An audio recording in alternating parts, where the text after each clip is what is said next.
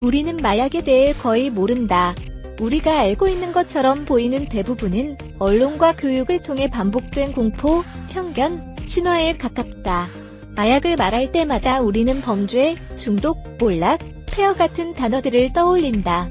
그러나 정말 그게 전부일까? 정말로 마약이란 단어에는 절망밖에 존재하지 않는다.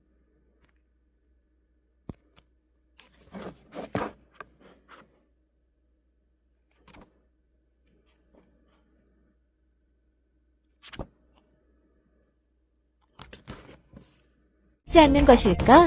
칼 하트 박사는 그렇게 생각하지 않는다. 그는 과학자이자 심리학자이며 콜롬비아 대학교에서 수십 년 동안 약물의 영향을 연구해온 전문가다. 그리고 그는 말한다. 내가 실제로 알게 된 마약은 내가 배워온 것과 완전히 달랐다고 그는 스스로 이야기한다. 나는 마약을 썼다. 그리고 나는 교수였고, 아버지였고, 친구였고, 시민이었다. 마약을 사용하면서도 나는 내 삶의 책임을 회피하지 않았고 오히려 더 깊은 감정과 더 진한 경험을 할 수 있었다고. 그 경험은 그에게 마약이란 단어의 재정의를 요청하게 만든다. 그는 말한다. 마약 사용은 죄가 아니다. 그것은 인간 경험의 일부다.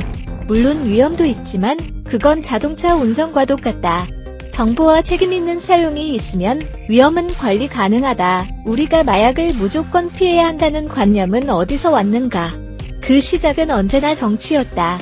1971년 미국 대통령 닉슨은 마약과의 전쟁을 선언했다. 그 이면에는 흑인과 반전운동가에 대한 정치적 탄압이 있었다. 마약은 수단이었고 표적은 사람들이었다. 이후 수십 년간 마약은 사회악이 되었고 국가의 적이 되었고 경찰력과 교정 시스템의 먹잇감이 되었다. 마약을 사용하는 사람은 범죄자가 되었고 치료보다는 감금이 우선되었다. 그러나 그 결과는 어떠했는가? 마약은 사라지지 않았고 오히려 더욱 음지화되었으며 사용자들은 더 위험한 환경으로 밀려났다. 탈 하트는 묻는다. 이게 과연 올바른 접근인가? 그가 제안하는 것은 단순하다. 마약을 규제하되 그것을 금지하는 방식이 아닌 술이나 담배처럼 정보에 기반한 합리적 관리로 바꾸자는 것이다. 그는 실험으로 증명한다. 동일한 약물을 다른 조건에서 사용한 사람들의 반응은 전혀 다르다. 불안정한 환경에서 사용한 경우 중독과 문제가 많았지만 안전하고 통제된 조건에서는 그런 문제들이 훨씬 줄어들었다. 즉, 문제는 마약 자체가 아니라 그 마약을 둘러싼 사회적 조건이라는 말이다. 우리는 그동안 마약이라는 단어에 너무 많은 공포를 입혔다. 헤로인, LSD, 코카인, 이 단어들만 봐도 이미 머릿속에 붉은 경고등이 떠오른다. 그러나 그 어떤 물질도 그 자체로는 선하지도 악하지도 않다. 그것을 어떻게 사용하는지가 중요하다. 그리고 그 사용을 둘러싼 규칙, 정보, 법이 중요하다. 우리는 그것을 알기보다는 숨기고 두려워하고 처벌해왔다. 그 결과는 실패였다. 탈 하트는 마약 사용을 하나의 성숙한 선택으로 본다. 그는 자신이 말을 사용하며 느꼈던 감정, LSD로 얻은 통찰, 그리고 코카인으로부터 받은 자극을 정직하게 털어놓는다. 그의 고백은 충격이 아니라 해방이다.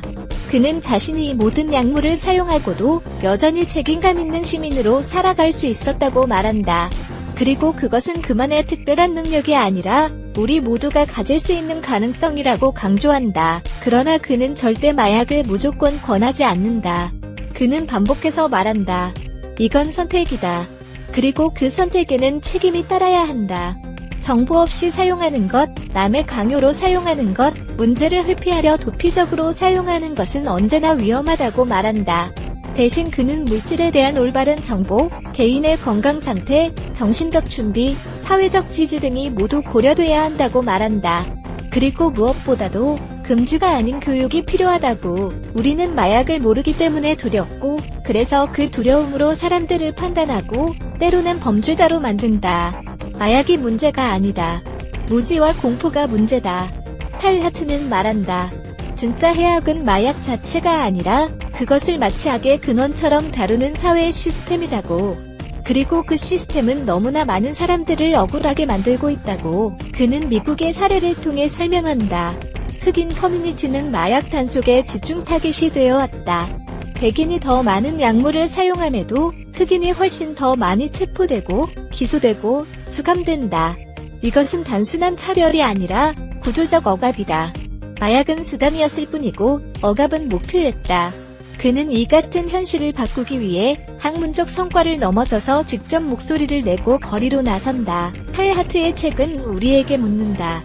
우리는 과연 자유로운가?